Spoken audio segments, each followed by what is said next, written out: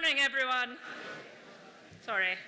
So on behalf of the Vibes partners and sponsors, it gives me great pleasure to welcome you to the Doubletree Hilton Glasgow and to the presentation of the 2022 Vibes Scottish Environment Business Awards.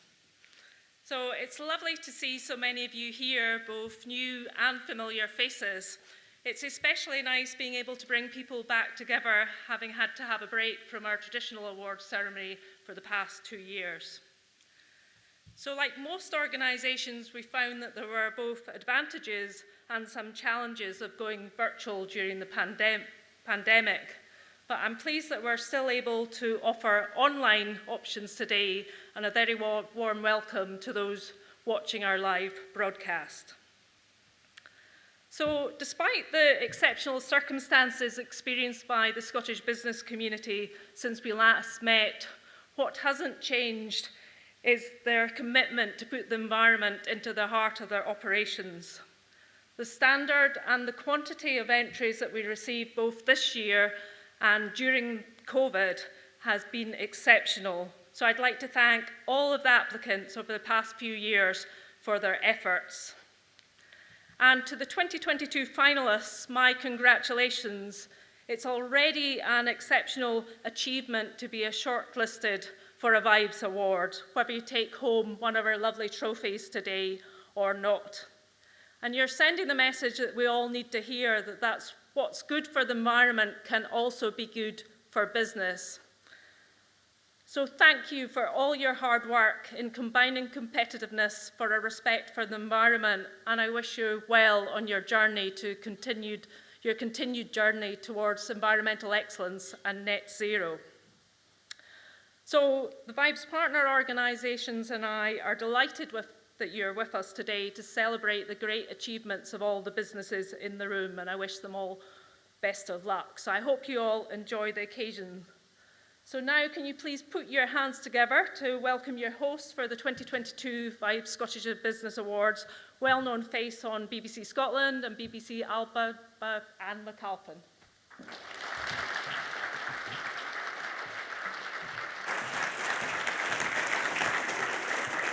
Thank you very much, Gillian. Ciad míle fáilte bhlach díal sé fydd chlach gahan I bín ar cúteach in you. I had to get a bit of Gaelic in there to begin with. I was just saying welcome, and I'm very pleased to be with you all today for the 2022 Vibes Scottish Environment Business Awards as you come together to celebrate the great achievements of these businesses. Just a few words to introduce myself. I'll not drone on too long, don't worry, I don't want to bore you too much, but my name's Anne McAlpin, formerly London, got married, changed my name, total pain. Well, not the getting married part, but you know, changing your name's a bit of a pain. I've worked in broadcasting for around 15 years now, predominantly in journalism in the last 10 years with BBC Scotland. My work is very varied. It keeps me very busy, and there's certainly never a dull moment, particularly with the political landscape at the moment, but that's definitely for another day. I work on Gaelic news for BBC Alba and BBC Radio Nagel, and also for Reporting Scotland and Radio Scotland. When I first joined the BBC, I started work on the award-winning European News and Current Affairs programme Yorpa, and that was reporting on a mix of political, social and cultural issues across Europe. We're always trying to find new ways of working in order to be more green, to reduce our carbon footprint, and you all here are today testament to what can be done within businesses and workplaces in order to achieve that. I also work on other programmes such as the NC 500 Travelog, the Wild Atlantic Way, both for BBC Alba, and the yet-to-air Secrets of Peat, looking at the cultural, environmental and social impact of our peatlands. Shameless plug, it's not until next year. And probably my favourite work of all is the work that I do with Landward. It's a long-running programme focusing on agricultural and rural issues. I get to travel all over Scotland, meeting people just like you who are making a difference, and I'm privileged to be able to tell their stories. Now, there's something that happens more often than I'd like to admit when I go out filming with Landward, and it's happened quite a lot actually, where I show up and our contributors are aware that Landward are coming to film, the crew arrive, the production team have spoken to them. That's all fine. I show up, nice to meet you, introduce myself, blah, blah, blah. And then they get a bit disappointed that it's not Doogie Vipond. Now, for those who don't know Doogie Vipond, he's the main presenter on Landward, and he's also the drummer in Deacon Blue, and he's very popular, I've come to realise. And so, yeah, he sends his apologies today, and he also says that they couldn't afford him, so here I am. Enhancing and protecting Scotland's biodiversity and ensuring the health of its environment is critical in the fight against climate change, and ensuring the environmental, social and economic benefits they bring for future generations. I think it's quite fitting that we're all gathered here in Glasgow 1 year on from COP26, which raised the global ambition on climate action. One achievement was the announcement from the newly established Glasgow Financial Alliance for Net Zero with private capital to accelerate the transition to a net zero economy. And of course, here we are a year later, celebrating businesses in Scotland who are taking significant steps to improve or reduce their impact on the environment, often saving money in the process. And here today, we aim to recognise and showcase best practice. A bit of housekeeping before we continue. I need to make you aware of where the fire exits are. You'll see the signs for the different doors there. And also the toilets are out in the foyer. You'll see signs to go up the stairs. There's a disabled toilet at the bottom as well. And can I ask you please to have your mobile phones on silent? But if you do want to use your social media, can I encourage you all to use the following hashtags? You'll see them on the screen, you should. Inspired by Vibes, Net Zero Vibes, and @Vibes_awards. That's for any social media. Vibes Scottish Environment Business Awards were set up to demonstrate that what is good for the environment is also good for business. The increasing number of entries and engagement with businesses over the 23 years Vibes has been running reflects the growing understanding amongst businesses of this link. Vibes rewards and recognises businesses for their efforts. It also encourages further action through giving advice and sharing good practice. We're now going to hear a bit more about the Vibes scheme from some of the previous winners.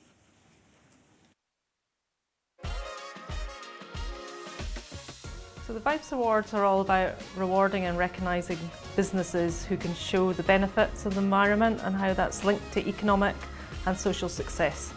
It was fantastic to win a Vibes Award, very well thought of in the industry. That was one of the reasons why when I came to work here, the company had a really good reputation. It's something that we've been going for quite a few years, and we've had to take the feedback over previous years and try and build it in to actually make sure that we are meeting all requirements for the award category. It's a close community, so the information and the networking between people is second to none really. But they're always forward moving, and that's what we do. I think it's because we're always on the move, always looking to improve and lead rather than just sit back and absorb. The Vibes has actually been really useful to us, and I would wholeheartedly recommend anyone to enter it. The judges care, they know a lot, they came into our business and asked us lots of difficult questions, which was incredibly useful because it was kind of like a tender, except you get really useful constructive feedback at the end of it. If our goal is an oyster reef in 5 years, then recognition by Vibes is tremendously important in that process. We'll be able to attract external funding, other environmental agencies will come in and support us. We're all really delighted to win the award. It supports us in terms of that we're doing the right thing, and our customers in particular are really chuffed that we've won this. It's such a prestigious award that even just being nominated gave a tremendous amount of interest in the company. For us it was really important to try and raise our profile. Getting the Vibes Award was great because it was recognition for the kind of hard work that everybody's been putting in.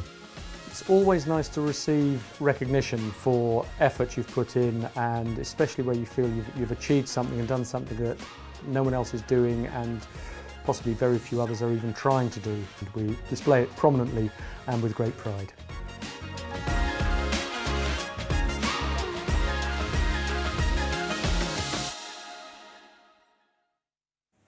There you go. Well, just a little bit more about Vibes itself. It's very much a partnership of the organisations shown on this next slide that should appear. It's great to see the Scottish Government linking up with its agencies which have responsibility for the environment and business to deliver the scheme. The steering group members and judges from partner organisations work very hard throughout the year. There's lots of discussion, collaboration and knowledge sharing in a really positive way. Vibes is also about sharing best practices, and this slide now shows the number of supporting organisations who have been invaluable in encouraging dissemination through their own networks.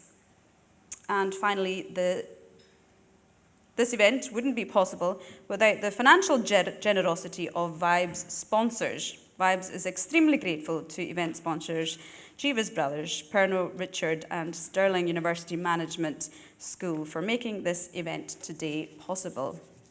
And just a quick overview of what's going to happen today. As you can see from the programme itself, you'll have to wait a little while before we find out the winners of this year's Vibes Awards.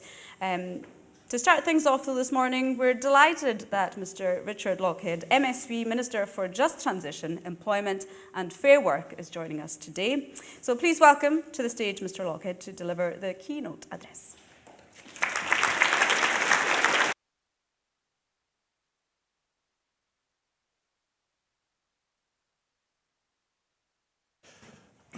Hello everyone, thank you very much Shan for the introduction, and to Gillian for inviting me to come along today to say a few words on behalf of the Scottish Government and the rest of the Vibes team as well.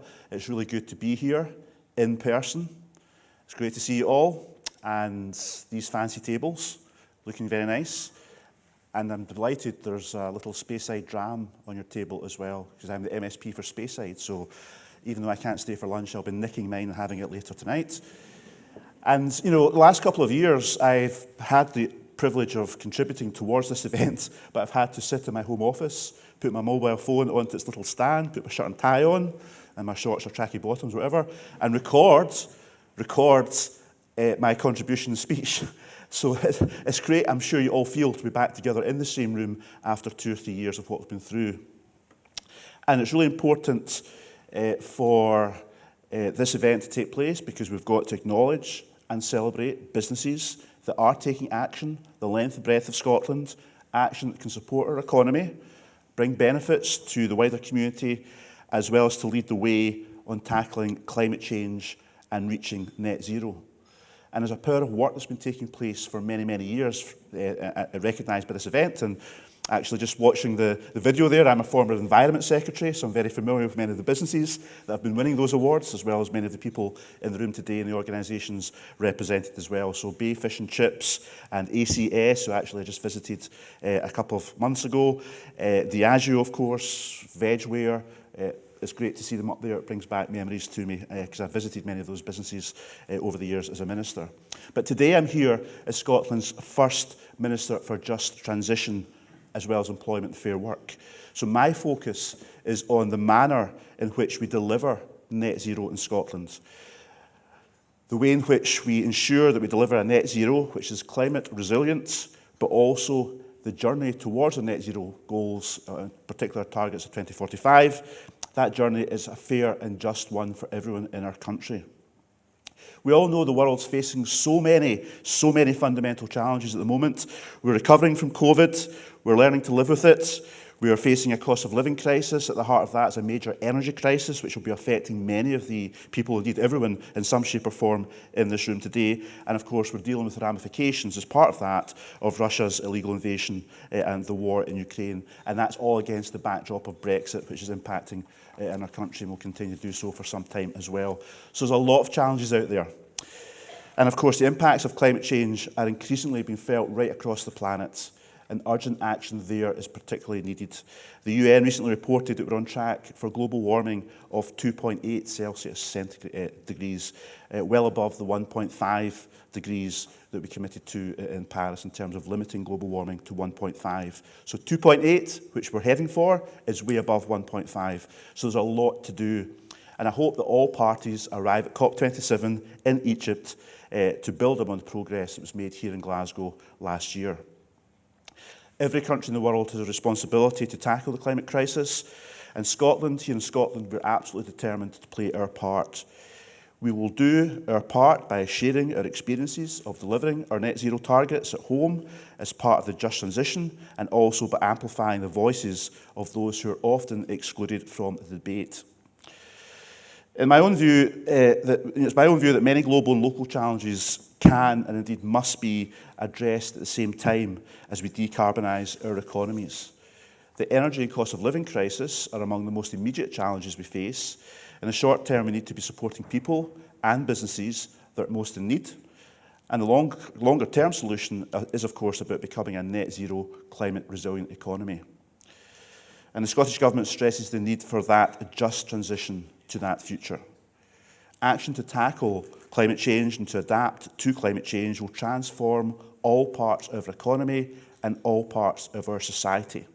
I've been in Parliament since 1999, it's now 2022, and even in the last few years alone, the issues we're debating, the issues we're passing laws on, the ways in which we're allocating public resources have changed dramatically just over a few years.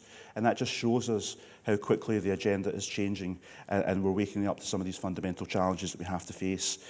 And a just transition means meeting our social, economic and climate goals, but recognising how they're all interlinked. So as we transition to net zero, we also help to tackle some of the underlying inequalities and injustices in our society. And we capture the massive opportunities that will arise for our country at the same time. After all, if we are going to redesign our economy in the coming decades, we should use that as a window of opportunity to tackle many of the challenges and the inequalities in our society. So we need to bring the whole of Scotland with us, giving people a meaningful say in the process and listening to what it means for them. And this means identifying the communities, businesses, sectors, workers, or particular areas of Scotland that are most likely to feel the impacts, and we work with them on identifying the solutions. And action within our business community is absolutely crucial in order to meet Scotland's emissions reduction targets, and that's why it's really good to be here today and have the chance to speak at this kind of event. The economic opportunities for our most innovative businesses are enormous. We want to help Scottish businesses innovate at home and then export their solutions to the rest of the world. For businesses with climate ambition, there are a number of exciting opportunities for them. These businesses can maximise growth by making significant savings from improving energy efficiency, for instance. They can also win access to new and emerging markets as part of this economic revolution in the decades ahead. They can lead the way in attracting and retaining the best talent, and they can enhance resilience of their businesses by being protected against future impacts, damage and disruption that's likely to come from climate change. And by deploying climate approaches and working together with the Scottish Government, we can build thriving, competitive Scottish businesses, resilient supply chains, and benefit from all the associated employment as well. And as our economy transforms, we want Scottish business to be ready to take advantage of the opportunities available and to operate and thrive in that changing environment. So the Scottish Government's committed to helping businesses capture all of these opportunities. We've got various funds. We've got our Green Jobs Fund, which was announced last year in our programme for government, which is to support new and increased opportunities for green jobs to be created across the country. We're investing up to £100 million capital over the next 5 years to help businesses provide those green jobs. So far, we've had about 57 projects that have been approved. That amounts to just under £17 million worth of funding, involving over 4,000 jobs that have either been retained or supported or safeguarded or created. And we know some parts of our country face particular challenges. And that's why our £500 million Just Transition Fund for the North East and Moray is another example of where we are backing up our words with actions, because it's essential we help particular parts of the country through this transition. That fund will include large-scale transformational projects as well as community-level action, and crucially the testing of new concepts and technologies that may be rolled out in other parts of Scotland. It will help finance organisations, businesses, communities and individuals to transition, creating jobs in low-carbon sectors and contributing to the prosperity not just of North East Scotland and Moray, but the whole of the country.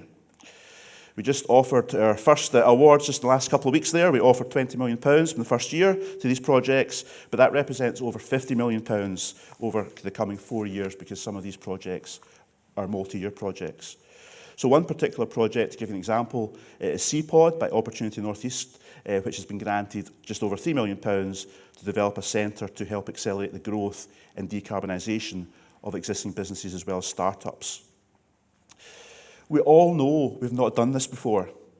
We've just not done this before. So we can't downplay the fact that there will be difficult decisions for Scotland going forward, and indeed all countries throughout the planet to make. But there are really massive opportunities.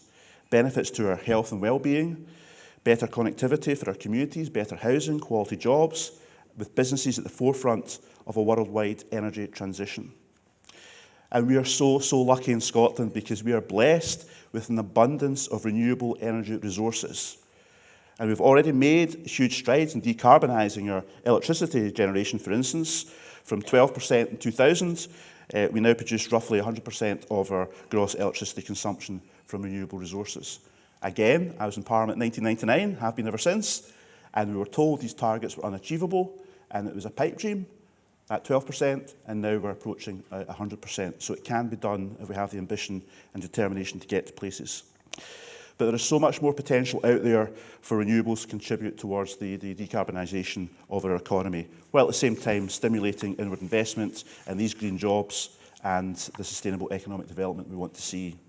31,000 jobs have already been created across the UK in offshore wind, and 30% of these have been in Scotland. But it's been estimated, looking at other technologies, that Scotland could support up to 300,000 jobs as a leading producer and exporter of green hydrogen, contributing up to £25 billion to Scotland's GVA by 2045. So none of these benefits are simply going to arrive or can be taken for granted. We need good planning, informed by the business communities and the workers most likely to be impacted, so they can help us capture these economic and social opportunities and better manage the risks associated with rapid structural change. The importance of planning was something Scotland's first Just Transition Commission emphasised last year. And that's why we are in Scotland developing Just Transition plans for each of our key sectors, building on our world-first National Just Transition Planning Framework. That framework has engagement with those most affected at its heart and co-design with these people or organisations as well. So it's clearly crucial to ensure that those who stand to be most impacted by the transition to net zero are given a voice in determining their own future.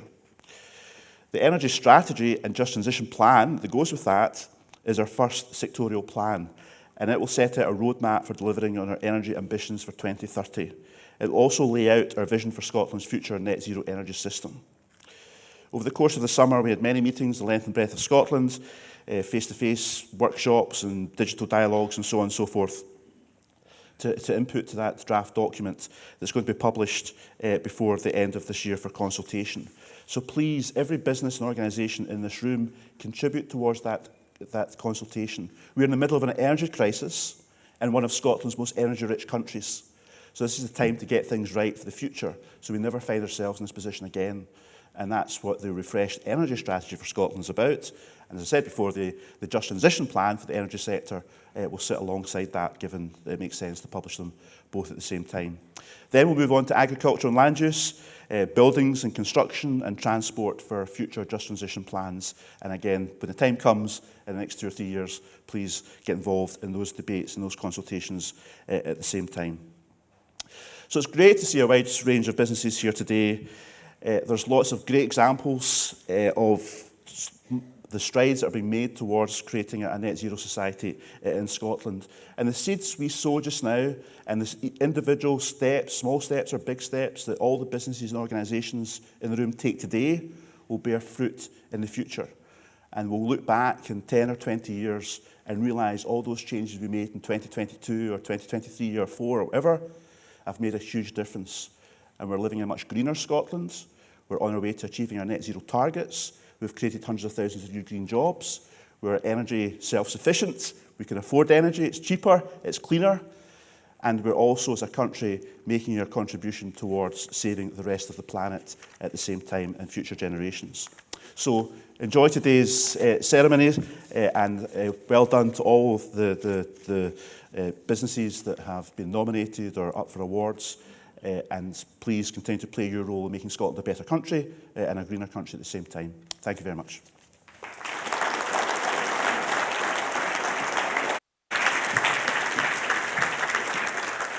Thank you very much, Mr. Lockhead. And before the presentation of awards start, we've got a panel discussion actually. And if you want to ask any questions to the panel, there is a QR code. It should be in the brochure and it will be on the screen. But I'll welcome to the stage just now for the panel discussion Fran van Dijk, Deputy Chair, SEPA Board, David Farquhar, CEO, Intelligent Growth Solutions, Ronald Dalmans, Environmental Sustainability Manager at Shivas Brothers.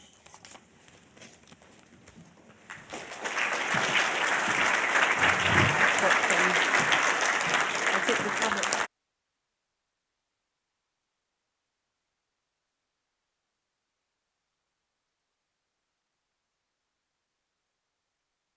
Questions, you can use the QR code and it will appear here and it's monitored, so I'm allowed to read whatever appears on this. Okay, so just to start things off then, if you could just introduce yourselves and we can start with you. Yep.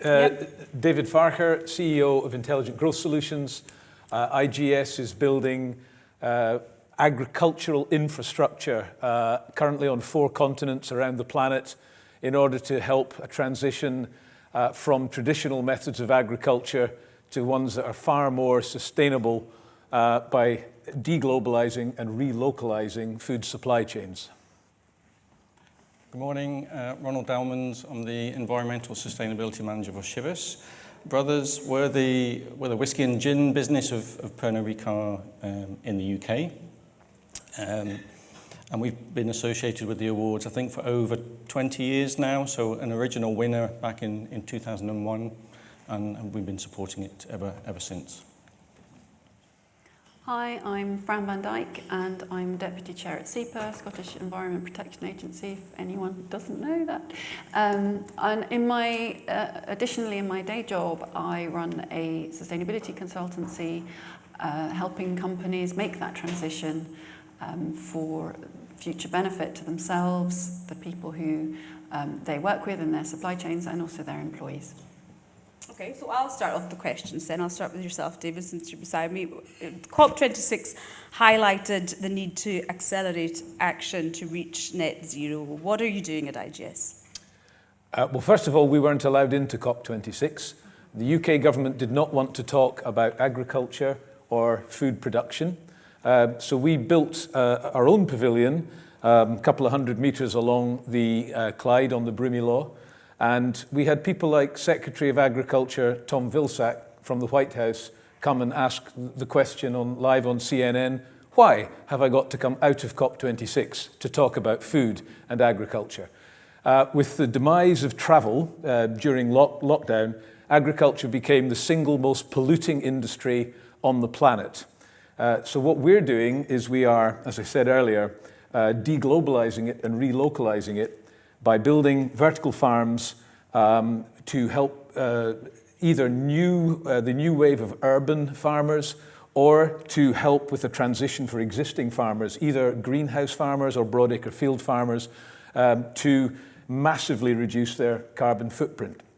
A couple of examples, we have absolutely zero emissions. So we put nothing in the ground, we put nothing in the air, we put nothing in the watercourse.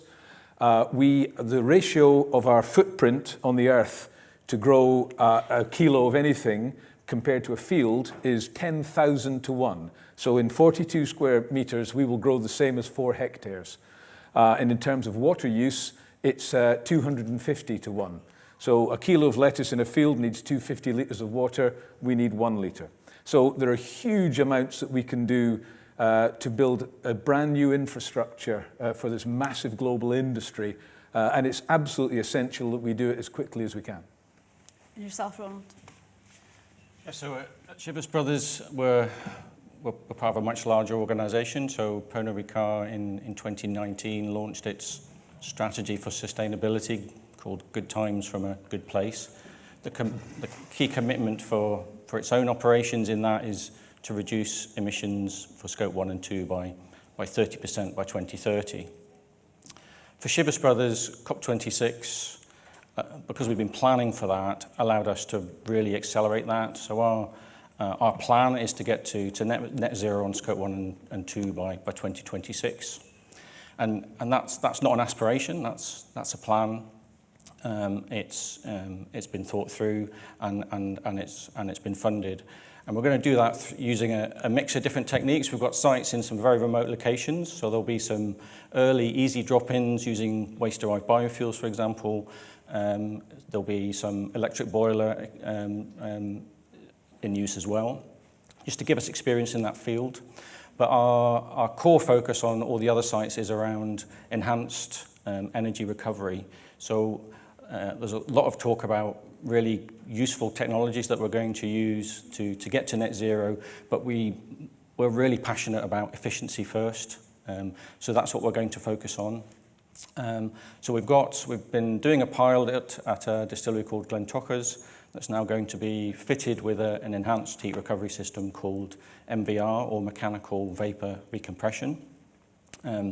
It's not new. We've been using it for years to make a syrup from one of our liquid byproducts, but it's never been used on a still for good reason in terms of quality and consistency and character. What this allows us to do is to get from an average of about 8 kilowatt hours to make a litre. If you looked at some of our most modern distillery at the moment at Dalmunach, I think that's in your programs, it can achieve 5. With MVR, we can get that down to just above 3. So that's a really, really big change. And at that level of efficiency, on paper, we can derive the heat we still need by converting our gas products, our byproducts into gas. That works in theory, but we now need to do that in practice. So we're still discussing with developers on how we might do that. Many sites don't have space for these sorts of facilities, so it will be likely through a third party and then returned to us via the grid. Okay. And Fran, the COP26 agreement noted the importance of international collaboration on innovative climate action. What are you doing and what can trade and businesses do like SEPA to support that partnership work? Yeah, the partnership theme I think is so interesting and important because SDG 17 is the partnership SDGs, and the reason it's there is because change as usual isn't going to work. We need to do, we've got enormous problems that we're dealing with that we've never dealt with before, so we need to address them in new ways. And one of the new ways you can do that is through new kinds of partnerships, stakeholders engaging together in different ways and different stakeholders engaging to get that innovative spark. Actually, SEPA is incredibly well placed for those kinds of partnerships. We are working on place-based solutions like at Leven in terms of river restoration, community development, community involvement, generally improving the environment, and we're going to be doing something similar at Grangemouth. So we have this wonderful opportunity to connect with all parts of the community, from businesses to local authorities to people experiencing where they're living, whether it's pure pleasure or whether they're facing some difficulties like flooding. So we're really, really active there. And there's lots of things that other kinds of organisations can do as well. And if I just take myself as an example, my company is certified B Corp, a B Corporation. It's a kind of certification you can get, quite a tough one. And today, actually, me and my bike, we're going down to Wales, and together, 100 of us, 100 companies are going to be cycling from Wales to London to raise awareness about climate change and to celebrate the start of COP27. And I expect we're going to create a little bit of a stir as we go through 4 towns on the way. So, that's just an example of other things you can do. And Fran, what do you see as the key challenges and opportunities that come for businesses from reducing carbon emissions? Yes, I think this is going to be, there seem to be a lot of challenges and opportunities now that as we think about it, it's going to be completely normal, this stuff, because everybody is going to be doing it. So I would say some of the challenges would be waiting too long. I think if you don't start thinking about doing this now and getting your plans together, you were discussing what plans you have, they're real concrete plans, what will happen is there will be a real scramble because everyone will be trying to do it at the last minute. So the sooner you can get on with it, the better. Challenges at the moment are the technology isn't necessarily there yet. We're working on it. There's a lot that you can do, but it's not all perfect. Another challenge is that when you're working with renewables and renewable energy or even generating your own, things tend to link up in slightly different ways. We're moving away from this massive grid that you just plugged into and got everything to a much more decentralized grid. Opportunities are enormous, and something to point out to, I think, particularly for businesses. I work a lot with the financial sector in my work, and that's right from high street banks through to private equity. All of them want to know about the companies that they are lending to or investing in. They want to know about their carbon performance. That and diversity are the 2 KPIs every single financial institution wants to know about. So the better you are at that, the more, the easier it'll be for you to get great loans at better rates. You'll be attracting people who are really attracted to your organisation, and you will retain them for longer. So lots of incentives there. And David, with the current energy crisis, what do you think are the key things that businesses can do in order to reduce their energy consumption? First of all, you have to be totally driven by data. There's an awful lot of people making claims, unsubstantiated. And so for us, it's enormously important that we use our own data science team and third-party validation or certification of that. We're looking at the footprint of actually building a farm. So that's the first place, including the whole of our supply chain, which includes about 60 partners from around the world. We are then looking at our own operations, so everything from our travel, transport, our offices, our engineering facilities, and so on. And then thirdly, we're supporting our customers, the growers around the world, to look at their footprint caused by the operation of the farms. So you have to look at every aspect of your business. You have to be extremely diligent. We're also in the process of going for B Corp and 14,001 but that third-party certification is enormously important because it means you can prove you are being driven by real data. A lot of people come and join IGS because of our purpose. So our data science team is almost entirely made up of people who've left financial services and grocery retail and the like in order to come somewhere that they regard as being much cooler and has more of a purpose. And I'm finding particularly people in an age bracket from about 25 to 35 enormously motivated to come and do that. And given that I'm really old, it's tremendously encouraging that next generation really does care. Ronald, we see trends of customers being more interested by environmental, social and corporate governance. How does this affect your business in the way you make decisions, in your decision making? Yeah, so I think we've seen a clear trend. We're obviously a market-based company, so there's a lot of insight, information collected, and that's showing a clear trend of consumers being interested and also acting on much more on that interest that they indicate. So a good example from our business of how we've kind of changed our process is to adapt to that is really around the pack. So what do we wrap the product in, the container and the packaging. That's often quite a staged process. So at each step in that, there's now checks to make sure that as part of the business case that's being made for that, the guidelines that we're looking to meet, which is about having all our packs to be reusable, recyclable, compostable or bio-based by 2025.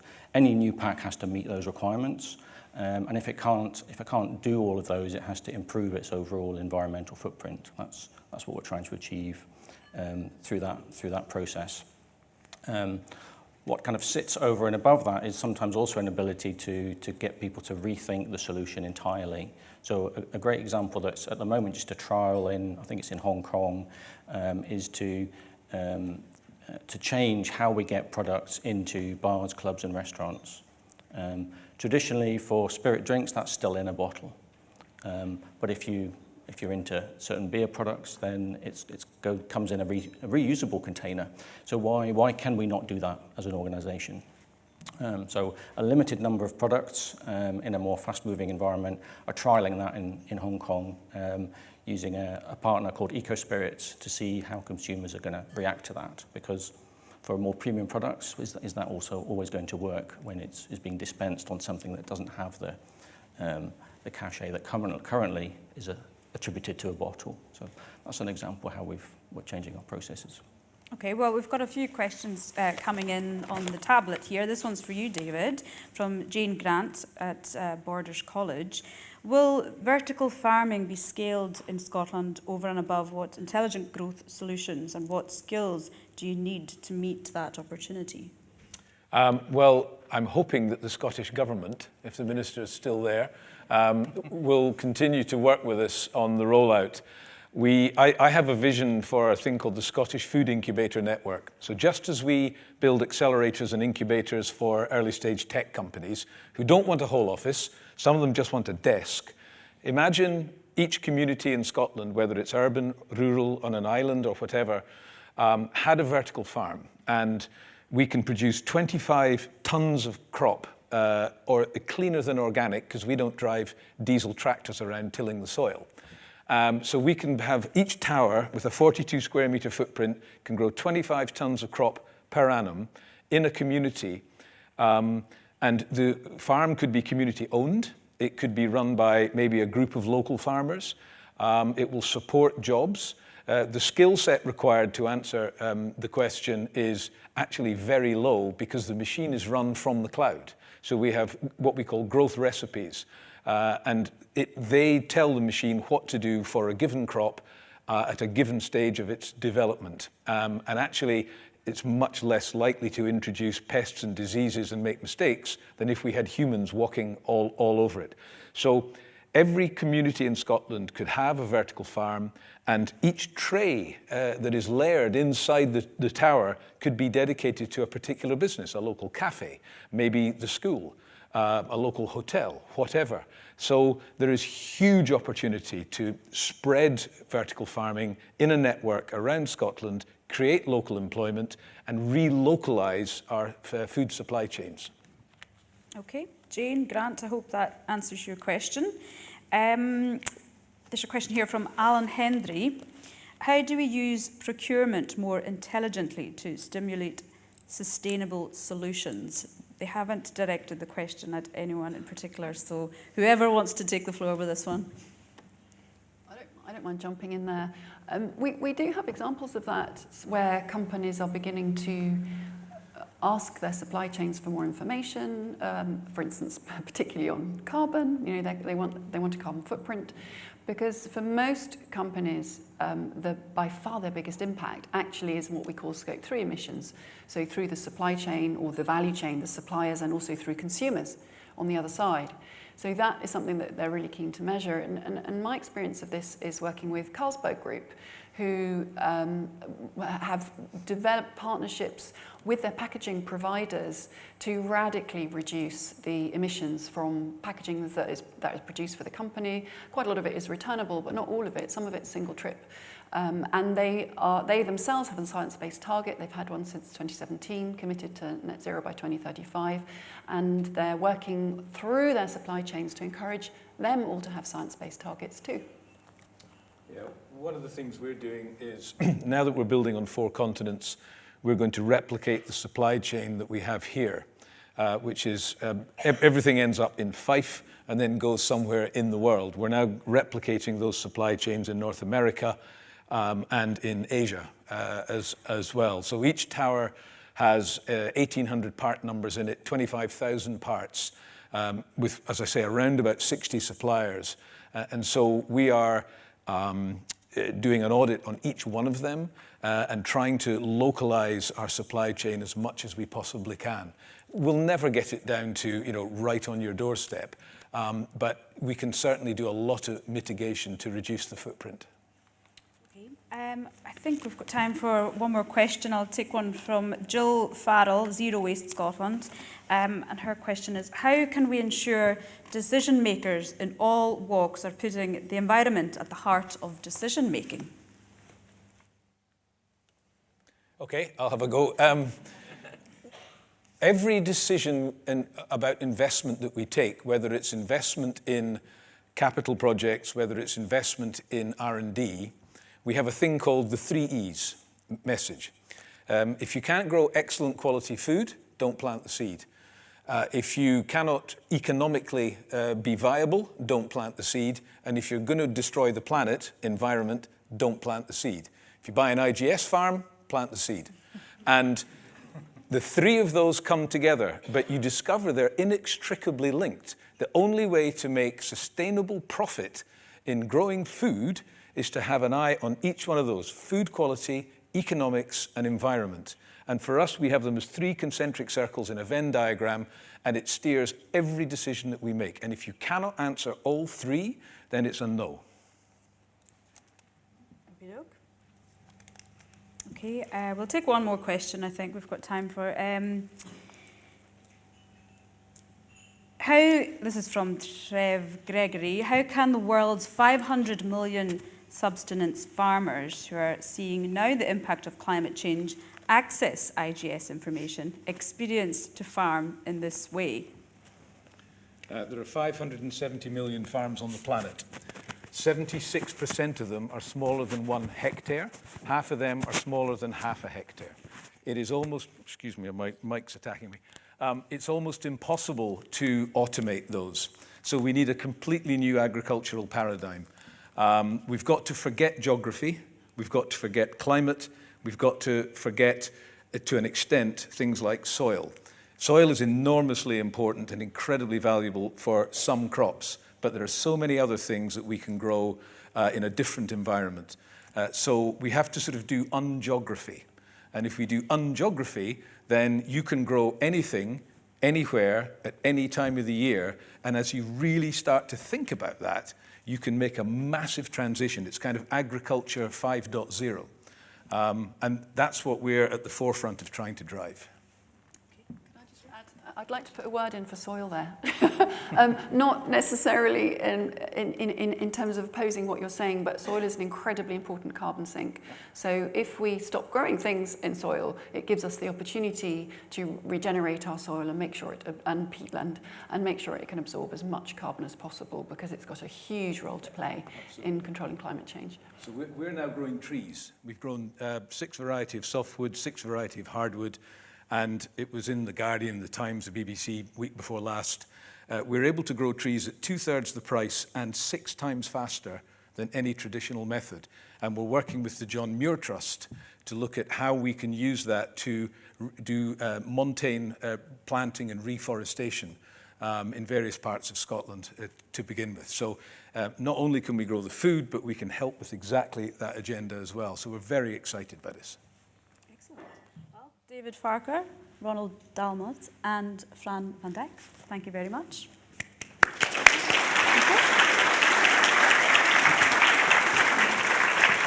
Thank you.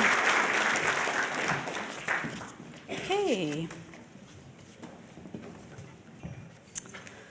Okay, well, we've not long now until we find out who the winners are of this year's prizes. I looked at the finalist summaries prior to today, and it certainly would not have been an easy task deciding who should take home the awards in 2022. Each and every business entry, regardless of size and sector, have demonstrated a tremendous commitment to environmental sustainability and have shown that there are wider business benefits from their efforts. In my preparation for today, I also learned about the incredibly rigorous process that's involved in selecting the winners. This involves several stages. Firstly, a panel of experts from partner organisations analysing and deliberating over every application to choose a shortlist of finalists, so an enormous amount of work. Then the finalists all receive a site visit from a team of judges from across the partner organisations for further detailed assessment and the opportunity to witness achievements at the candidate's site on the ground for themselves. Finally, the feedback from these visits forms the basis of the decisions on the winners made by a head judging panel, who this year comprised of the formidable team of Fran van Dijk, who we just heard from, Deputy Chair of SEPA, Jane Morrison-Ross, CEO of South of Scotland Enterprise, and Professor Elise Cartmell, Chief Scientist at Scottish Water. What is also special about these awards is the advice, feedback and signposting to free support from partners that all entrants get in return for their applications. Then there's the prize itself, which you can see over there. Some of the nicest trophies I've seen, actually. They're beautiful, and each award has been handcrafted by Scott Irvin, Harmonies in Wood.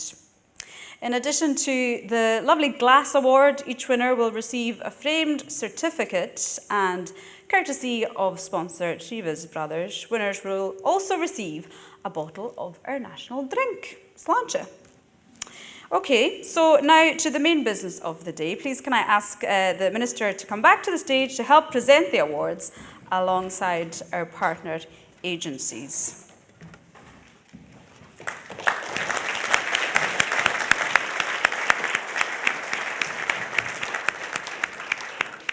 Okay, so we come to the first award of the day. Yeah, okay. Yep, we're just going to move the table. Move my stuff. Excuse me. Yeah. Can I give you this to pop on the side? Yeah. Put that there. It's okay. Okay.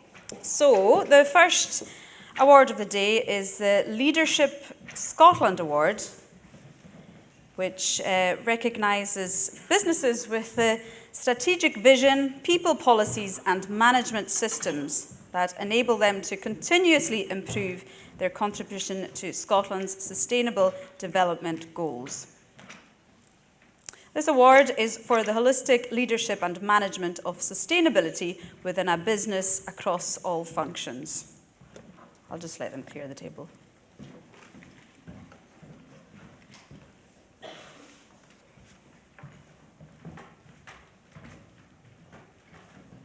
Okay, so for 2022, this was a particularly strong category. All the finalists showed visionary leadership and were exemplars for their sectors.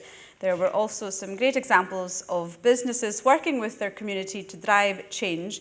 The finalists were thinking both locally and globally and acting too. So to announce the winner of this award, please welcome Nicole Patterson, CEO of SEPA.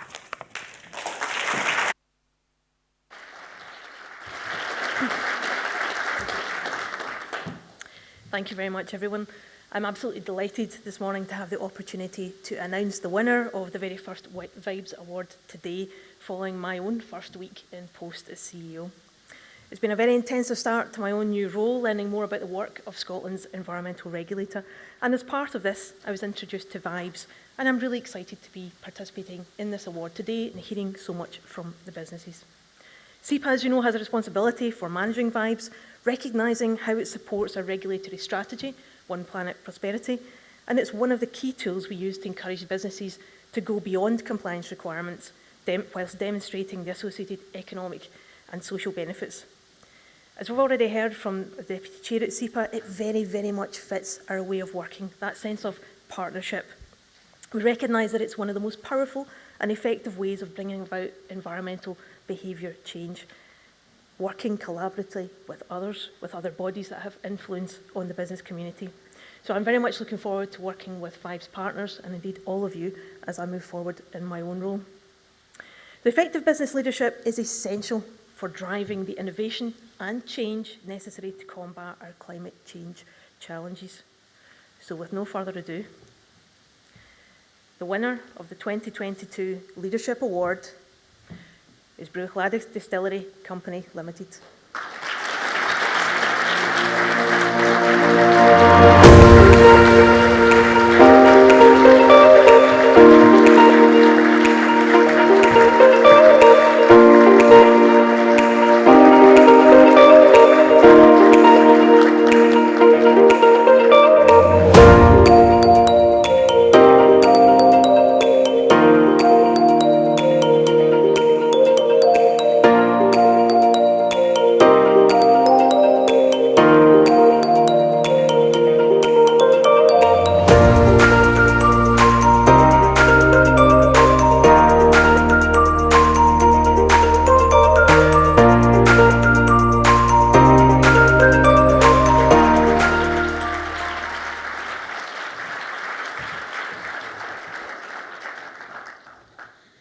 Congratulations, Bruichladdich. It's a whisky and gin distiller based on the Isle of Islay, and the judges were impressed by Bruichladdich Distillery's commitment for decarbonisation and their environmental work, which even goes beyond the exceptional high standards set by the whisky sector.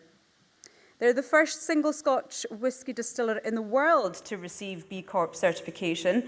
They're a company who assesses and monitors their environmental impacts across all aspects of their business, including full life cycle assessments on every product. The distillery is sharing knowledge across its wider group. Remy Contreau demonstrates strong collaboration with its supply chain and good engagement with the local community. So, many congratulations. Sláinte Bruichladdich. So unfortunately, the Minister now has to leave to attend another meeting, but Nicole Patterson from CEPA has kindly agreed to take over and present the remaining awards. So thank you, Nicole. And thank you again, Minister, for being here and for your keynote speech and your support provided to these awards today. We now come to the award that celebrates either a product or service. The Environmental Product or Service Award recognises businesses that have brought to market a product or service that provides both business and environmental benefits. Contenders will have considered the life cycle of their product or service and will show how they result in a reduction in environmental impacts. This was another very strong category. The finalists are all providing very creative and innovative product and services.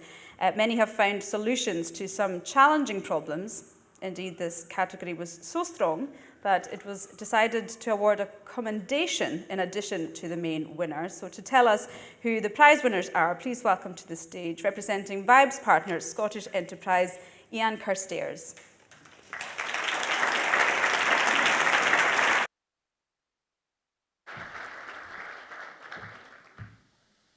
Scottish Enterprise is Scotland's national economic development agency, and net zero is threaded throughout all we do, both in terms of how we support the economy and how we do things internally. In particular, my team of sustainability specialists work directly with companies in Scotland to help them improve their environmental performance while gaining a business benefit. We've been strong supporters of the Vibes Awards for many years, and I'm delighted to be able to announce this award today, or these awards. So, first, our commendation goes to Trade Right International, Rhythm Exchange.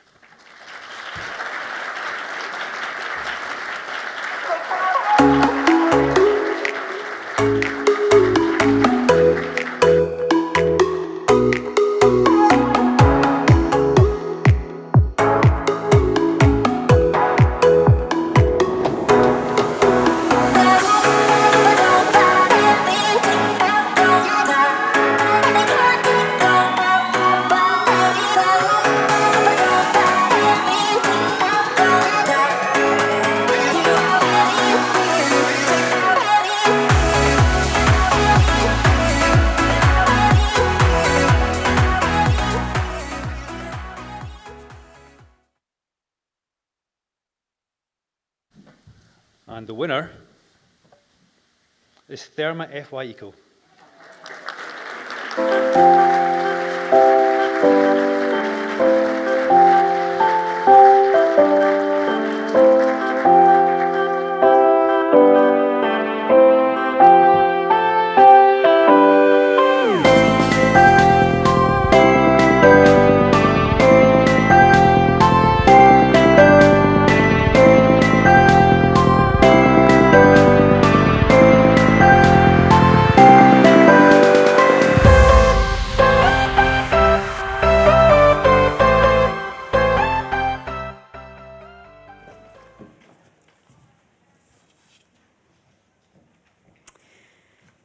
So TradeRight International Redeem Exchange, based in Greenock, offer an innovative, cost-saving and environmentally friendly solution to reduce plastic waste going to landfill through a simple collect, wash, refill and return service for plastic hand sanitizer bottles.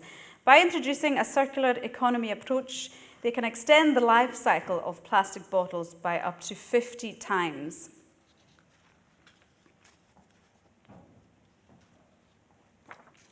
And the winner, Thermify Eco, was based in Kelso at a thermal analysis software and data company.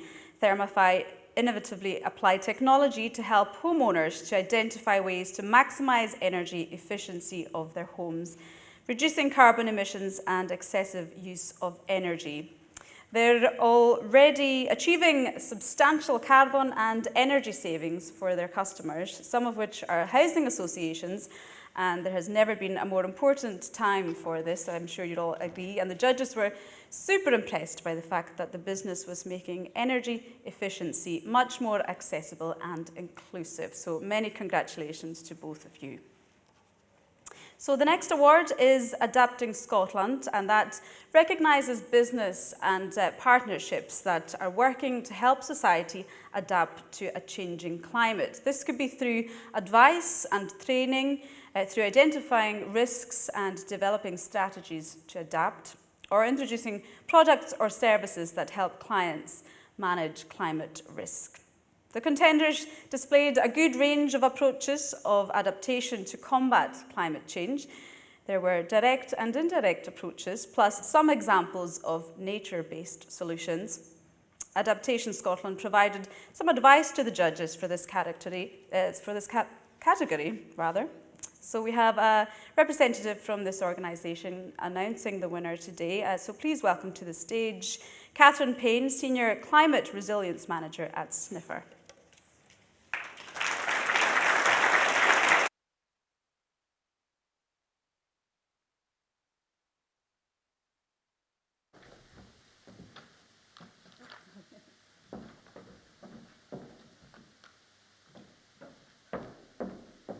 Thanks very much for the chance to be here today to present this award.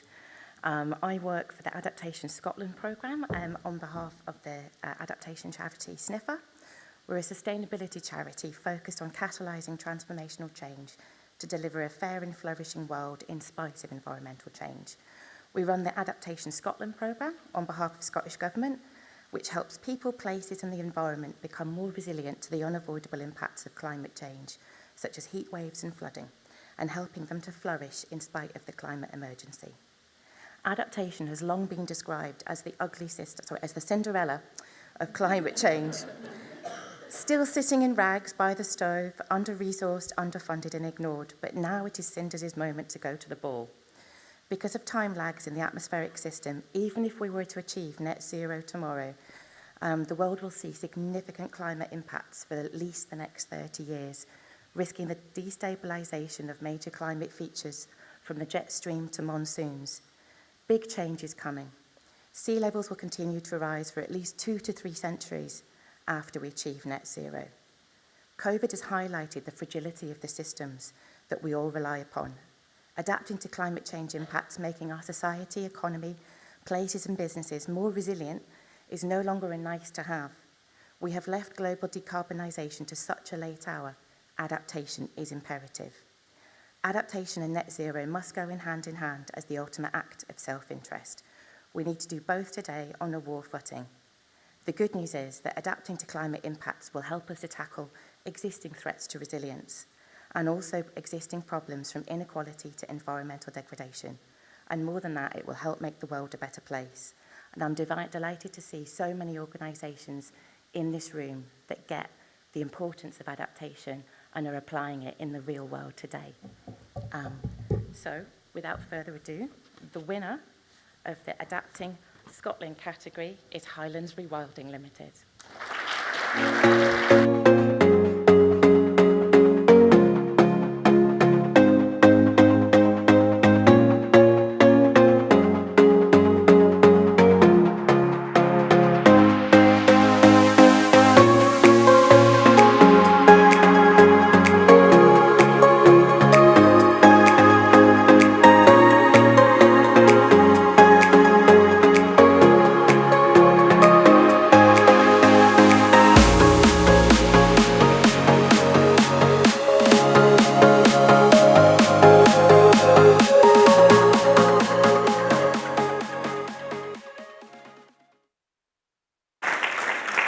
Just a little bit about Highlands Rewilding Limited. Congratulations to you. It's based in Drumnadrochit. It's a company aiming to help rewild and repopulate the Scottish Highlands by increasing carbon sequestration, growing biodiversity, creating new green jobs, and skilling up. Its adaptation work is improving resilience and, once scaled up, will have a huge impact.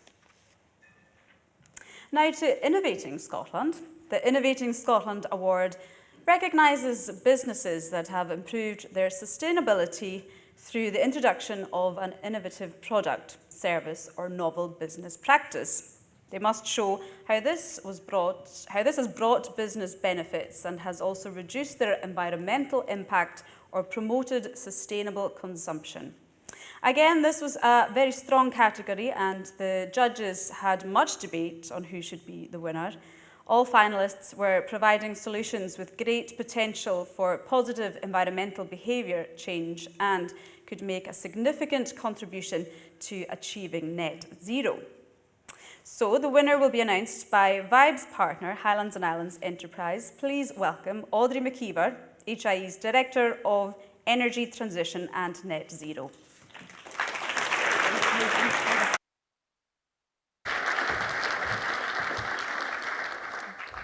Good morning. Thank you, Anne. It's a pleasure to be here today and representing Highlands and Islands Enterprise. Highlands and Islands Enterprise is the economic and community development agency for the northern half of Scotland. Our beautiful and brilliant region is home to around 470,000 people and more than 90 inhabited islands, stretching from Shetland in the north to Arran in the south, and from the Outer Hebrides in the west across to Murray in the east. Highlands and Islands Enterprise aspires to build a prosperous, inclusive and sustainable economy across the Highlands and Islands, attracting more people to live, work, study and invest. We have three key priorities: to enable strong, capable and resourceful communities, to build successful, productive and resilient businesses, and lastly, to create conditions for growth and a green recovery. We are committed to working with partners to support the transition to a low-carbon economy, recognising that such a transition could and should deliver huge economic growth and job creation benefits for innovative businesses throughout the whole region. We're very pleased and proud to support Vibes, shining a very bright spotlight on the country's most inspiring companies in the field of environmental sustainability. Given the record number and quality of this year's entrants, we believe there's much to be optimistic about Scotland's transition to net zero and the role that we can all play in addressing global impacts of climate change. Now to the winner of Innovating Scotland Award. I'm delighted to say it's the Innovatium Group.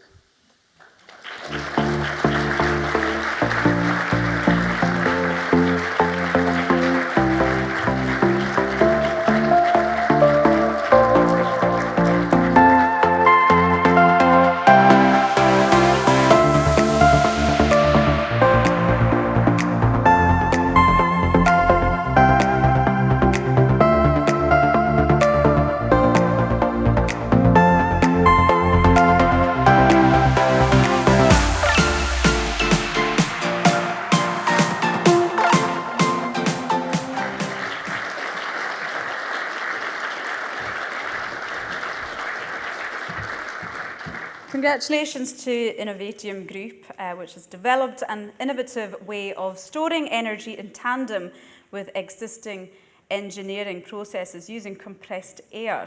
Work is focused towards existing energy intensive industry processes to provide energy and wider system efficiency with an associated reduction in the carbon footprint.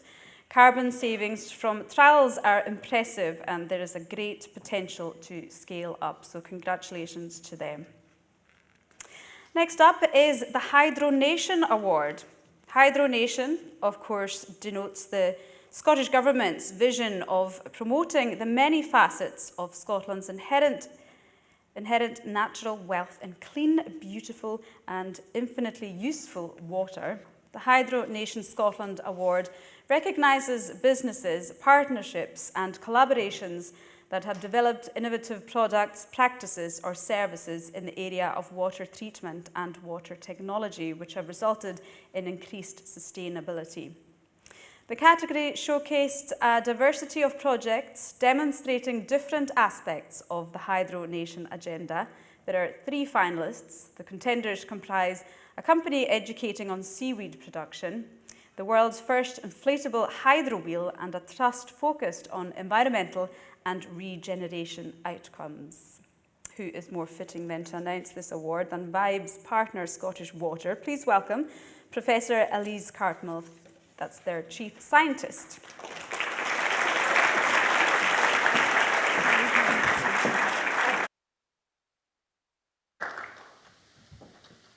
Thank you, everybody. Well, Scottish Water is absolutely delighted to partner these awards. And you don't need me to tell you how important the Hydro Nation is and really the vital role the water sector can do to help support that transition to net zero. So it's great that in year 2 of our net zero plan, we've been able to announce that Scottish Water has halved its operational carbon linked to our baseline in 2006. But there's so much more to do. And I know as an individual or as part of your business or your organisation, it can just get really disheartening, frustrating, depressing quite often, where you see just how far we need to go. But the importance of this is absolutely vital. And one thing that's been great for me this year was to be able to judge the Vibes Award and to really see that it is possible to get that net zero transition. The finalists were just amazing in terms of what they'd achieved, and certainly as a judge I was truly humbled but very much encouraged by everything that they had done. So to the winner of the Hydro Nation Scotland Award, and that is Green Action Trust. Good.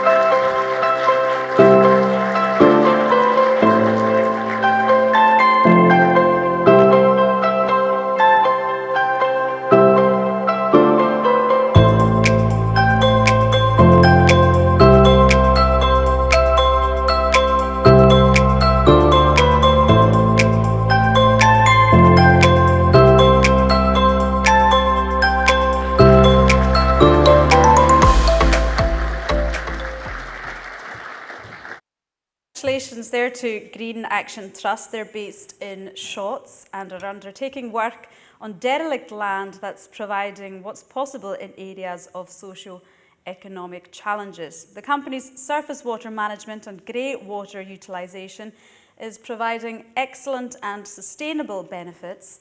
Initiatives include promoting the development of 10,000 rain gardens across Scotland, specially designed features in our urban landscapes, which capture and store rainfall, and they've developed their own demonstration site to showcase their appeals. So very well done to Green Action Trust there.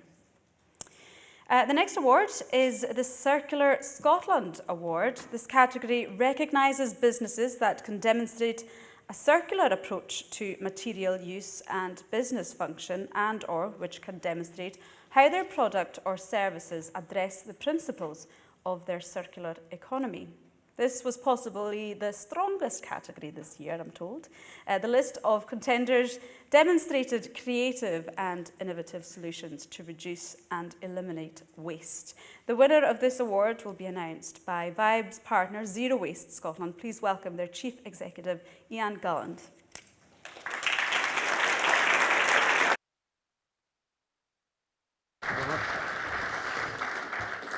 Thank you very much. It's great to be back, and obviously on behalf of Zero Waste Scotland, it's great to continue to support this fantastic initiative.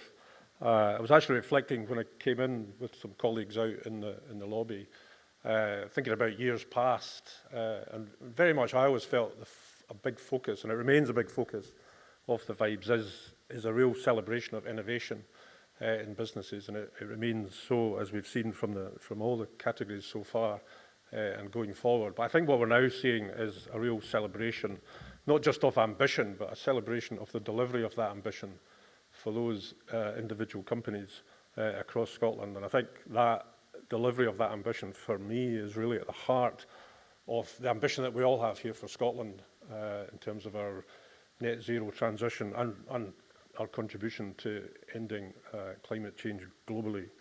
So as Zero Waste Scotland, we're obviously very proud to be able to support businesses up and down Scotland on that ambition and the delivery of that ambition, particularly in the aspects of the circular economy, which we're now seeing growing, increasing opportunities both for individual businesses in key sectors and the wider economy in the delivery and realisation of those opportunities. So, with no further ado, I'd like to announce, open the envelope, the winner of the award this year is Kenatech.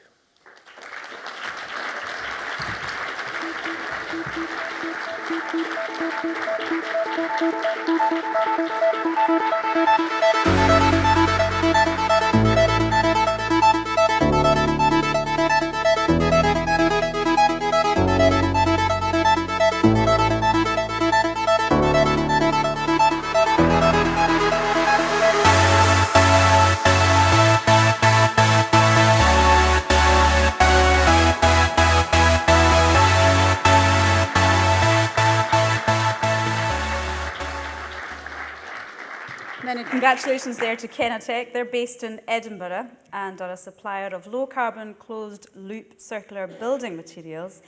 They've created the closed-loop K-brick, which contains over 90% recycled construction and demolition waste, uses 1 out of 10 of the energy in its production compared to a traditional brick, and has a 90% lower carbon footprint. They're also now targeting becoming a net carbon neutral business, so many congratulations there to Kenatech. Are we taking a break now? Yes? Shall we say 15 minutes? Okay, we're going to take a break now. I'm sure you're all welcome a comfort break. So 15 minutes, back in 15 minutes, shall we say just before midday, 5 to 12? Yeah, 5 to 12? Okay, thank you. Take your seats again, please. We'll continue the rest of the awards now. If you could take your seats, please. And if I could ask Nicole to come back to the stage to help with the presentation of the awards. She's deep in conversation over there. A bit longer than we anticipated for our break, but we were running ahead of schedule, but we'll have your lunch served to you in no time. We've just got a few more awards to give out. And I'll get Nicole to come back to help with the presentation of the awards. Okay, hope you're all refreshed. Not long until lunch now. So we'll continue with the awards and the Moving Scotland Award, Moving Scotland category. This category recognises businesses whose environmental impact have reduced significantly as a result of the introduction of active travel and sustainable transport initiatives. Finalists were addressing transport impacts in varying ways, from encouraging active travel, engaging with and training staff to address business travel and influencing customers and supply chain. Again, because it was so close, the judges also decided with this category to award a commendation. So to announce these, would you please welcome Ian MacLeod from Energy Saving Trust, which is also a Vibes partner.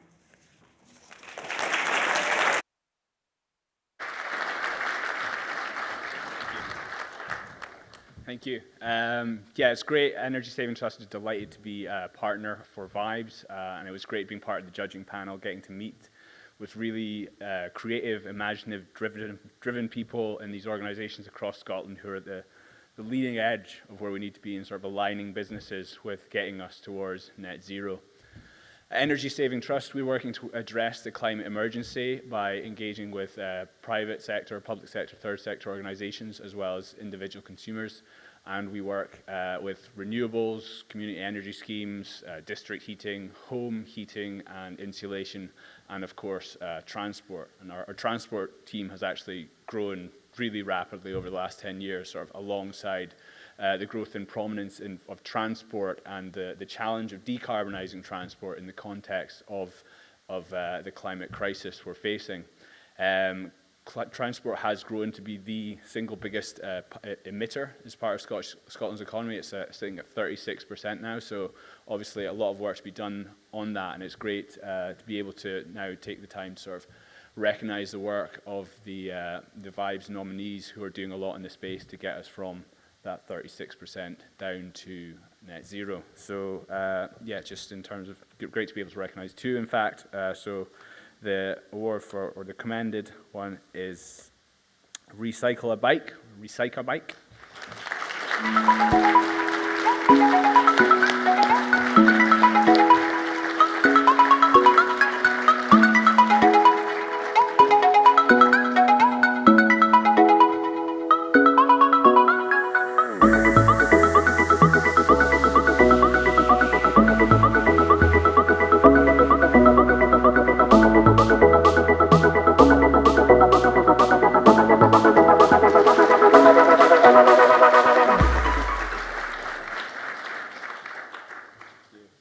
And the Moving Scotland winner is Arran Dairies Limited.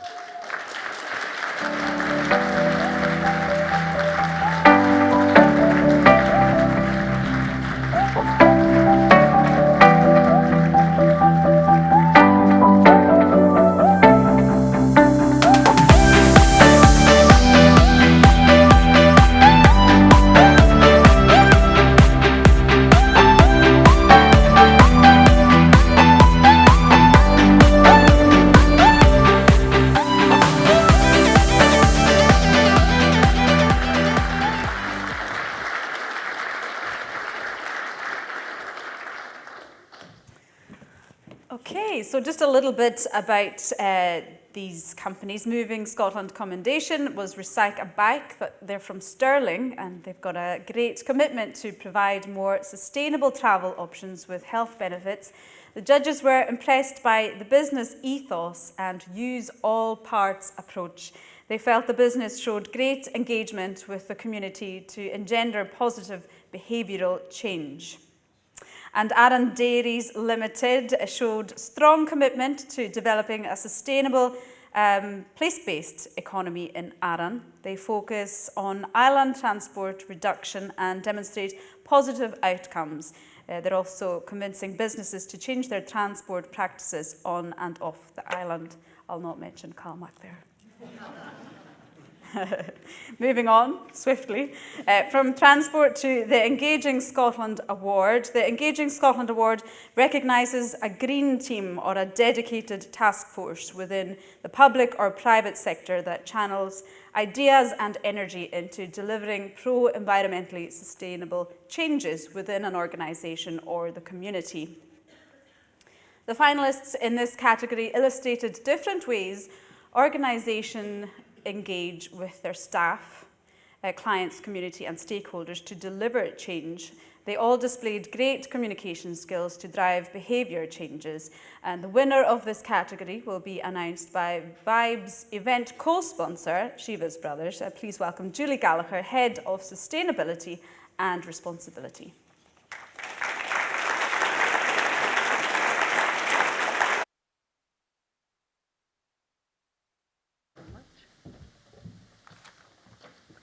Well, good afternoon, everyone.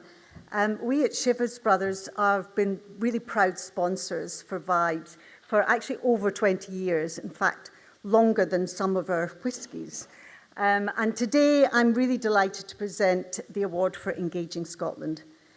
As we've been hearing today, and as we all know very well, finding your pathway to net zero is very challenging. It can be very frustrating at times and also very rewarding. And innovation, we know, is a great way to help us get there. But key to success is really people. That's why at Shiva's Brothers, we believe it's important to engage our people very much on our journey. We have 1,600 employees, and we involve them through a number of activities. We involve them in education and communication about what we're trying to do as a business, but also through participation, and we run a good challenge competition that allows our employees to put in ideas to help us on our sustainable journey.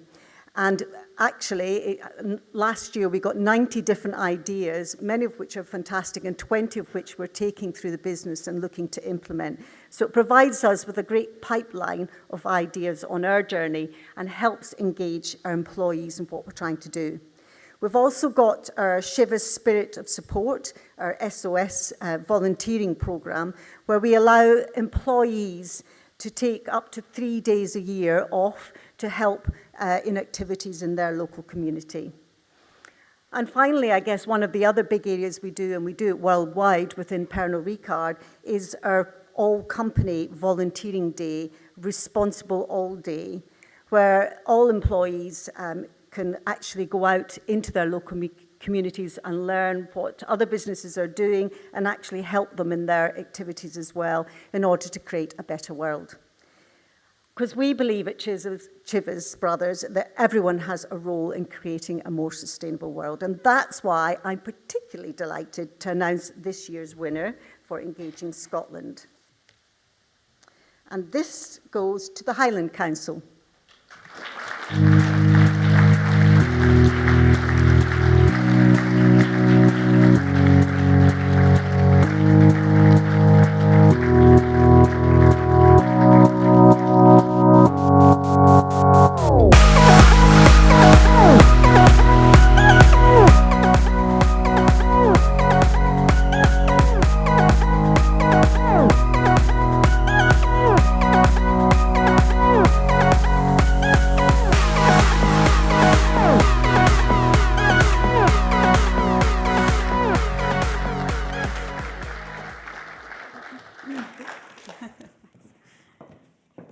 So congratulations to the Highland Council. They're working in partnership to develop the Hydro Ness project. They're utilising historical infrastructure from a disused hydro scheme and using the surrounding area to create renewable energy, a STEM learning hub and a destination for visitors, connecting to wider attractions in the city. And the judges felt it was a very impactful project and a model to learn from. So congratulations to the Highland Council. Now to the Partnership Scotland Award, and this award recognises public or private organisations with the strategic vision to acknowledge that working in partnership can improve their overall contribution to sustainable development. The category had great entries, with finalists showcasing the many benefits of partnership working. Most of the entries had great potential to be replicated in other parts of Scotland. And the winner today will be announced by Susan Harkins from South of Scotland Enterprise.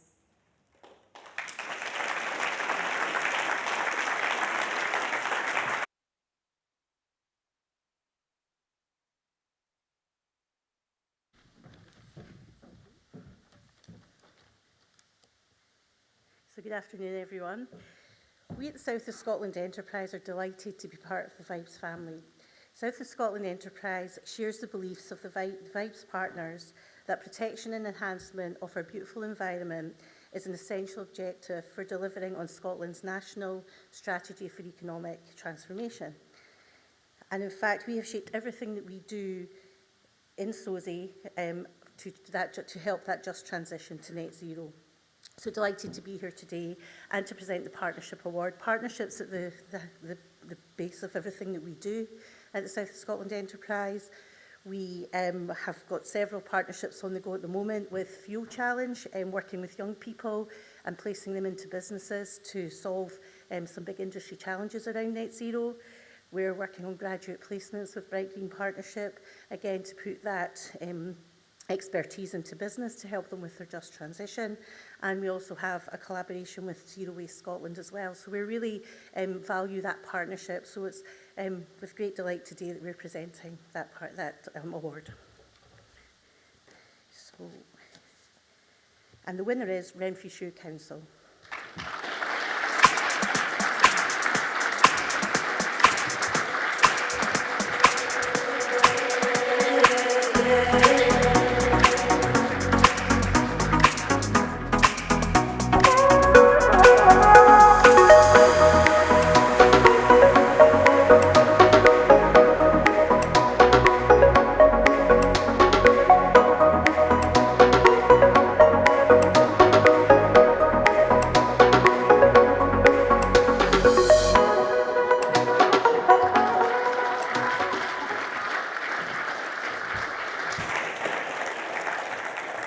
Congratulations there to Renfrewshire Council. They've worked in partnership on a project to develop an ambient loop district heat network solution. Easy for you to say.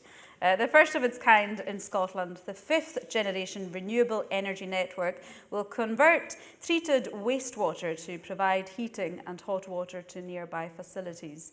The judges were impressed by the wide collaboration in the project, given domestic heating accounted for 15% of Scotland's total greenhouse gas emissions in 2020.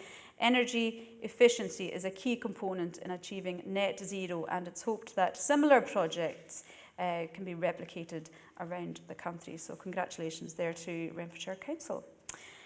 Staying on that subject then of energy, the Energy Transition Scotland Award comes up next. That is an award that recognises businesses which have reduced or eliminated the carbon emissions associated with their operations or activities through improvements in energy efficiency, installation of renewables, use of alternative fuels and or any other aspect of energy management.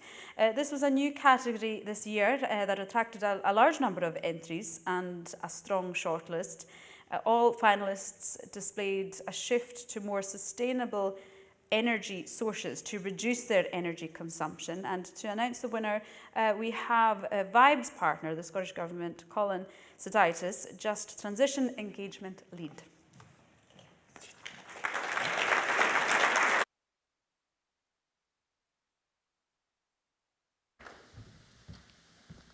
Good afternoon, everybody. Great to be here physically after a bit of a break. That's really nice. I'm here representing the Scottish Government's Climate Change Division, and I think the Minister's stolen all the best lines that I could have used, so I will be really brief. Delighted to be supporting Vibes for this amount of time. The Climate Change Division, we work across Scottish Government and with external stakeholders on all things climate and climate adaptation. In my particular area of interest in just transition policy development, it really is about the bringing together the social, economic, the climate and the environmental opportunities. And on a day like today with the kind of great nominees and great examples of action that we can hear about today, it really is about working with businesses like yourselves to really understand and make the most of the opportunities that can be arising out of this transition. Opportunities to bring co-benefits for your businesses for sure, but also for communities, workers and places across Scotland. So, without further ado, let me announce the Energy Transition Scotland winner, and it is Multiplex Construction Europe.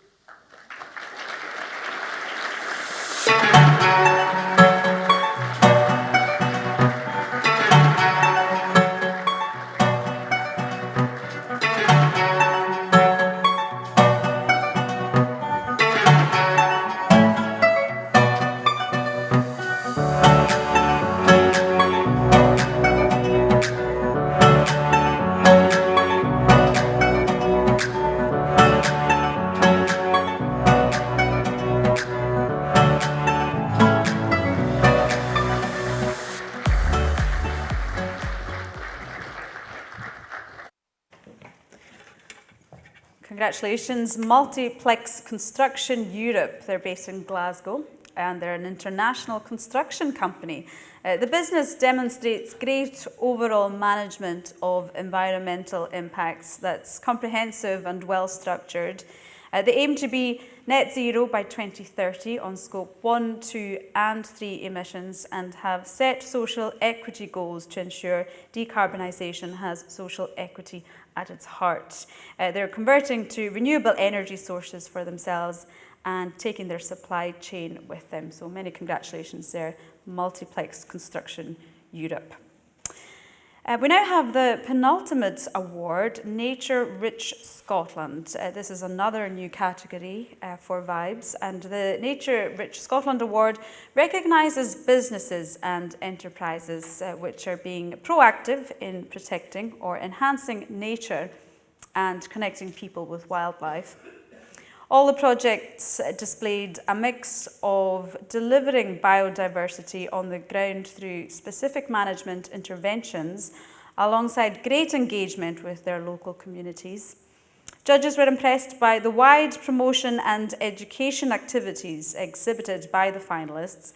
The winner today is being announced by Dr. Jill Robbie from Nature Scot Board and Senior Lecturer at University of Glasgow School of Law.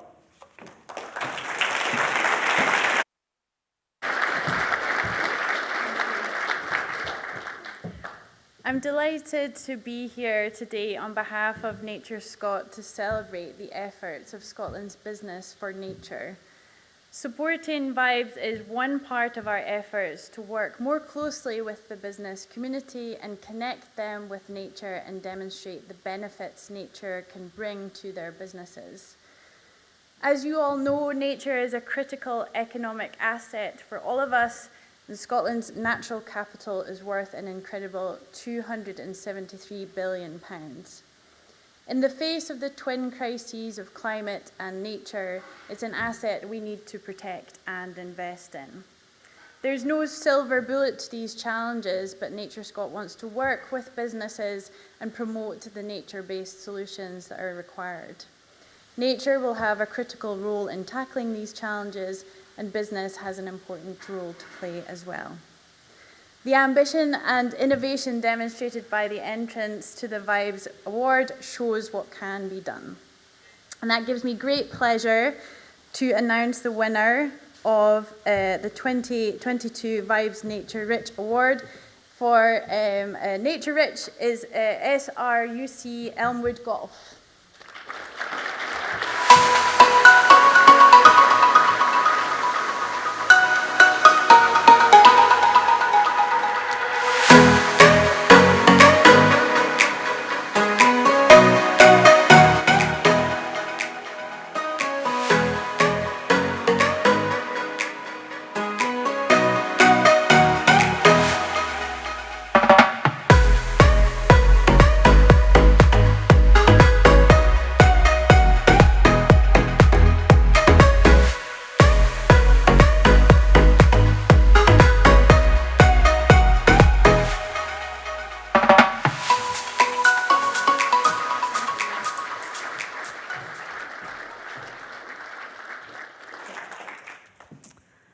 So SRUC Elmwood Golf, congratulations there to them. They're based in Stratheedon. It's an 18-hole golf course and golf education centre which uses innovative greenkeeping practices to create a high-quality golf course, which is also rich in biodiversity.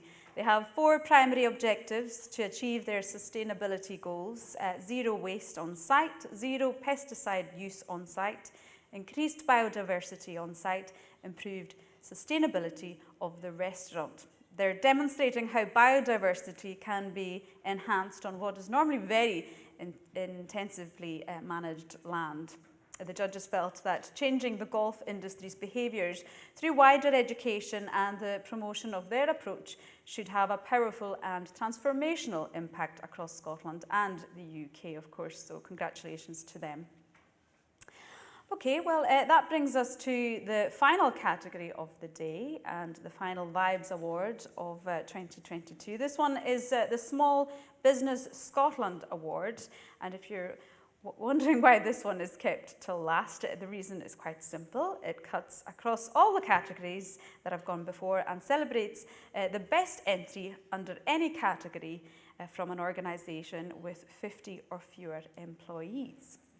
Small may be in the award title, but it is large, a list of finalists, I have to say. And as you can see from the list here, if you can make it out, if you can read it, the small business category produced the biggest list of finalists, of course, and this gave the judges an extremely difficult task, complicated by the fact that they were comparing a wide range of projects from different business types and sectors. So the judges' choice for this award reflects the small business they felt to have done best across the diversity of accomplishments celebrated in the earlier awards. And to tell us the winner, we have our event sponsor, Stirling University Management School.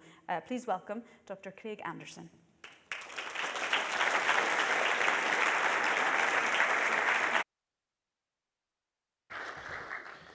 It gives me great pleasure to be able to represent the school today. The school has sponsored this Small Business Award since 2015. It's my first time being able to represent the school up on stage, so I'm happy to be here. You can see the number of entrants and the diversity of entrants is spectacular, and it is inspirational. And I was listening to the panel discussion earlier and thinking about all the different things that are in that. It sounds like a really big challenge.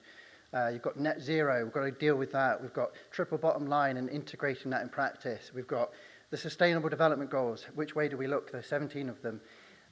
So I'm teaching all of this, and I'm trying to navigate students through all of that. And you know, when organisations do this in practice, it makes my life so much easier because I can give example, and I know that all of you are inspiring students to go out into the business world and take action. And that's true of all of these small businesses. And it's not just for the community of practice to inspire students, it's also students inspiring me. So I'm going to use a quote from a student in order to demonstrate what I mean by this. So a recent graduate of the MBA program, which I am director for, quoted on LinkedIn recently, which was, you don't need to be amazing to start, but you have to start to be amazing. And that really applies to the Small Business Award. So it gives me great pleasure to announce the Small Business Award, which is EGG Lighting.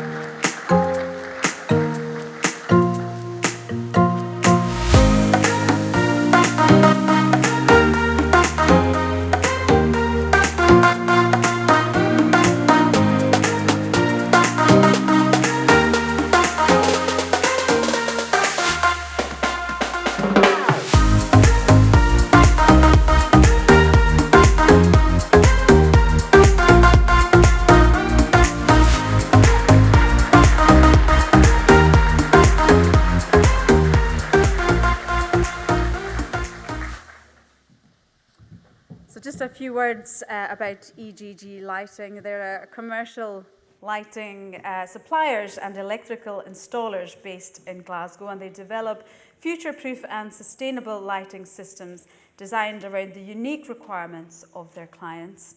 2022 has seen them pioneer the process of luminaire remanufacture. This circular lighting model promises to optimise the energy and material efficiency of UK businesses.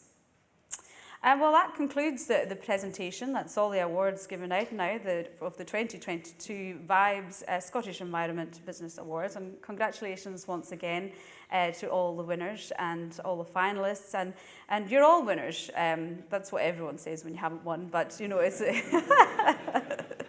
to all the finalists and also to those who didn't make the final shortlist this time round. It is very much a journey. It's not an event, and the journey has benefits to offer all who embark on it. And before you enjoy your lunch, though, the ingredients of which are as sustainable as possible and using seasonal, locally sourced produce, where we could please welcome back to the stage Dr. Craig Anderson for some closing remarks from Stirling University Management School.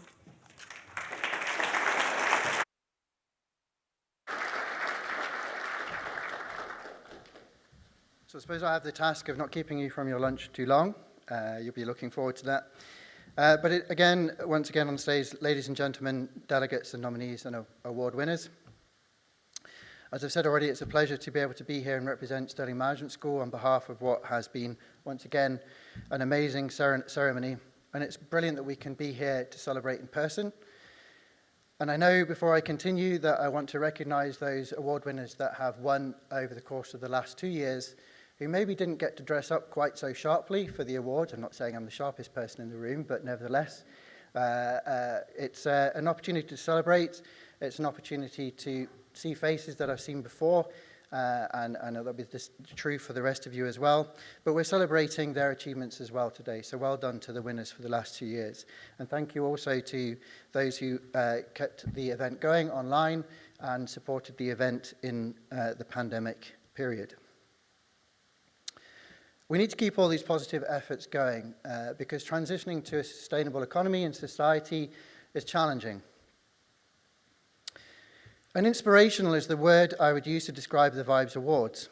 I've been attending these events since 2017, and as I've mentioned already, Stirling Management School have been sponsoring the event since 2015. For this year, we are privileged to co-sponsor the event with Chivas Brothers. Unfortunately, we couldn't give you all a dram like Chivas Brothers have, and although what they provide will be very rewarding once you drink it through taste and experience, we're in the business of selling knowledge, which I like to think is equally rewarding and tasty as whiskey. So, not only do you inspire others in the room, as well as people joining us online, personally, I know that through my teaching, I use case studies from the Vibes Awards to inspire students. And I implement that both through upskilling, training, as well as on full-time degrees. The first of Stirling Management School's 5 themes is informing sustainable communities. You can see this in our Principles for Responsible Management Education report, or PRME report. Through our teaching and research, we have a positive impact. And it's something that we're aware of, and contributing to the Vibes Award is a crucial part of us demonstrating our recognition of that. The quality of this year's entrance is remarkable, and it showcases the fabulous work being done in Scotland to advance sustainability in business. Whether it be through this event or others, it is often clear that Scotland is leading the way within the UK for fostering sustainable business innovation. Our unique community is our strength. The diversity and number of high-quality entrants this year demonstrates that this community is ever growing and ever evolving. The Vibes Awards are not only inspirational, but is also an opportunity to showcase as well as validate the quality behind the sustainability efforts within the business community. The efforts of the judges and feedback gained is of value not only to the nominees, but also in communicating and enhancing this vital agenda in Scotland. Whether you are a nominee or an award winner, you're a crucial part of advancing the exciting goal of embedding sustainability in Scotland. And I use the word exciting carefully there because we should be excited about this. We very often get afraid of the net zero challenge or even potentially depressed by it.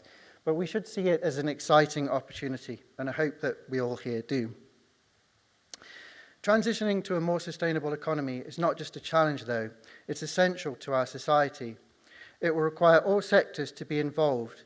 Every solution, innovation, and innovation that you provide contributes to the collective effort. We will need your help, and your efforts are part of creating new pathways for sustainable value creation. The innovations and business models you create will provide new opportunities and employment for upskilling. The Vibes Awards are particularly supportive in giving a voice and visibility to amazing achievements of the small business community in tackling these large-scale problems. We cannot leave the problem of the future to large-scale industries and governments alone. The innovations in small business matter, and successful innovations can become the bigger businesses of tomorrow. As we create new pathways of doing business, we need small businesses to innovate, succeed, and grow. This is why Stirling Management School has regularly sponsored the Small Business Awards at Vibes. As a small business charter accredited school, we value small business and aim to give support to regional growth, including through our delivery on the Help to Grow scheme. We know that the transition to net zero is challenging. At Stirling Management School, our upskilling opportunities have been helping individuals with this transformation. The transition requires new ways of thinking, strategic management, and long-term project planning. A just transition is also important, and the new jobs created through sustainable value are vital in supporting communities as we transition away from less sustainable practices. The Vibes Awards, their nominees and award winners, are not just an inspiration, but an essential part of building a more sustainable community in Scotland. For this, we should be grateful. Thank you to everybody attending today's event, online or in person, as well as those key sponsors and partners. You are all part of the effort. I hope you can continue to contribute to this vital community by sponsoring, nominating, and celebrating business moving forward. And congratulations once again to this year's award winners.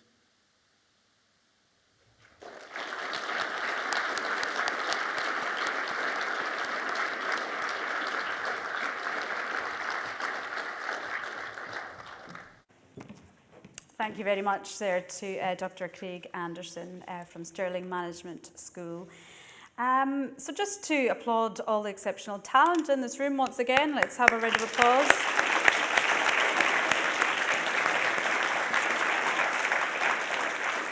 You've heard just a little bit about the winners today, but please make the most of the networking this afternoon during lunch and try to speak to as many people as you can and find out more.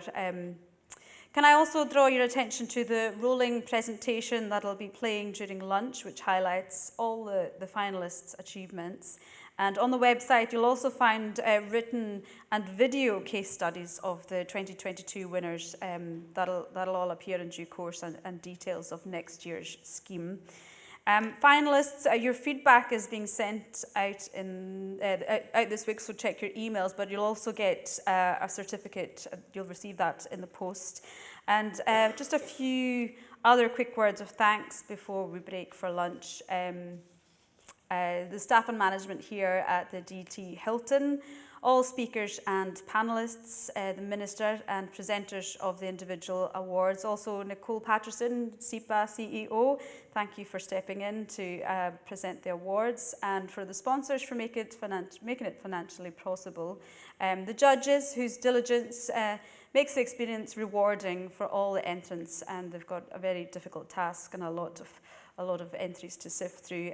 All the entrants themselves, the Vibes steering group and the SEPA Vibes team who've worked hard throughout the year to deliver the scheme, and Conference Care for event management, and Glow for audio visuals as well. And all of you for taking the time and trouble to come and be here today. Well, lunch is being served, or before it comes, I think, if all of the winners and commendations, if they could make their way out to the foyer with their glass trophies just for a group photo in the foyer.